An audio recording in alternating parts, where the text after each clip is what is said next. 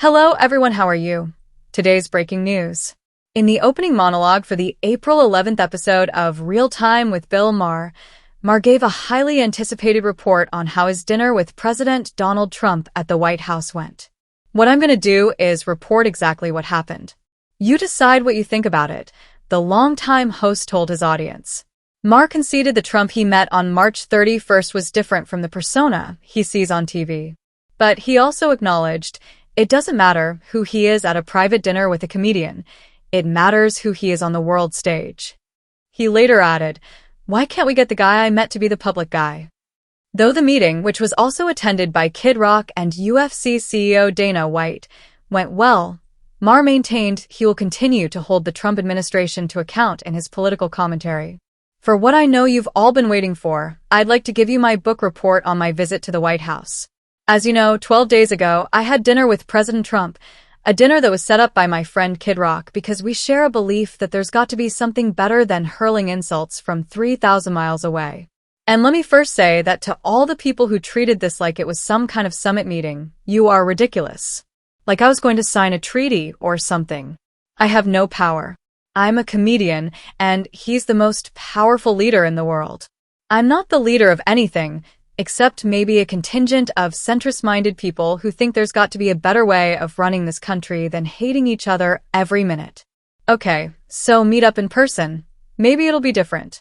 Spoiler alert, it was. First good sign. Before I left for the Capitol, I had my staff collect and print out this list of almost 60 different insulting epithets that the president said about me. Things like stupid, dummy, lowlife dummy, sleazebag, sick, sad, stone cold crazy. Really a dumb guy, fired like a dog, his show is dead. I brought this to the White House because I wanted him to sign it, which he did. With good humor, and I know as I say that, millions of liberal sphincters just tightened. Oh my God, Bill, are you going to say something nice about him? What I'm going to do is report exactly what happened. You decide what you think about it.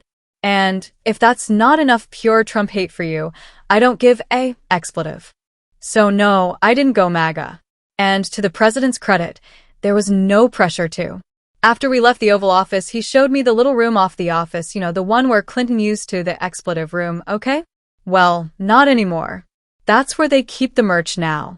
And he gave me a bunch of hats, but he didn't ask me to take a picture in one, which I appreciated. The guy I met is not the person who the night before the dinner tweeted a bunch of nasty crap about how he thought this dinner was a bad idea and what a deranged expletive I was. I read it and thought, oh, what a lovely way to welcome someone to your house. But when I got there, that guy wasn't living there. Now, does Trump want respect? Of course, who doesn't? My friend said to me, what are you going to wear to the White House? I said, I don't know, but I'm not going to dress like Zelensky. I'll tell you that. Just for starters, he laughs. I've never seen him laugh in public. But he does, including at himself.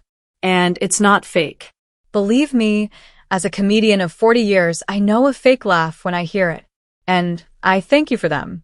Example, in the Oval Office, he was showing me the portraits of presidents and he pointed to Reagan and said in all seriousness, you know the best thing about him? His hair. I said, well, there was also that whole bringing down communism thing. I was waiting for the button next to the Diet Coke button to get pushed, and I go through the trap door. But no, he laughed, he got it. I said to him at one point, Mr. President, the dog. That's unusual in the White House. He said, well, a lot of the presidents, they had a dog for political reasons. I said, no, people love dogs. That's what that is. Trump said, oh yeah, okay, that's true. I'm telling you, it happened. At one point we were walking through it is an amazing tour of the whole house. And I don't remember exactly what we were talking about, but it must have been something with the 2020 election because I know he used the word lost, and I distinctly remember saying, wow, I never thought I'd hear you say that. He didn't get mad. He's much more self-aware than he lets on in public. Look, I get it. It doesn't matter who he is at a private dinner with a comedian. It matters who he is on the world stage.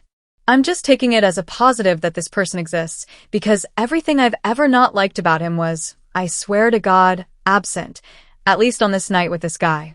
Bob, Kid Rock, told me the night before. He said, if you want to get a word in edgewise, you're going to have to cut him off, or he'll just go on. Not at all.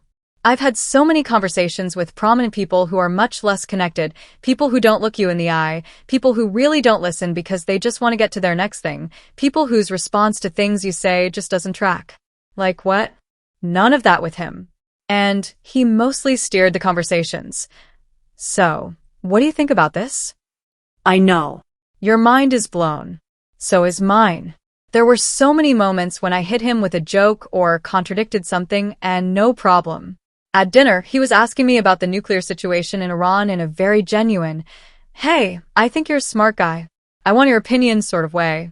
And I said, well, obviously you're privy to things about it that I'm not, but for what it's worth, I thought the Obama deal was worth letting play out because we made Iran destroy 98% of the uranium and they were 15 years away from a bomb.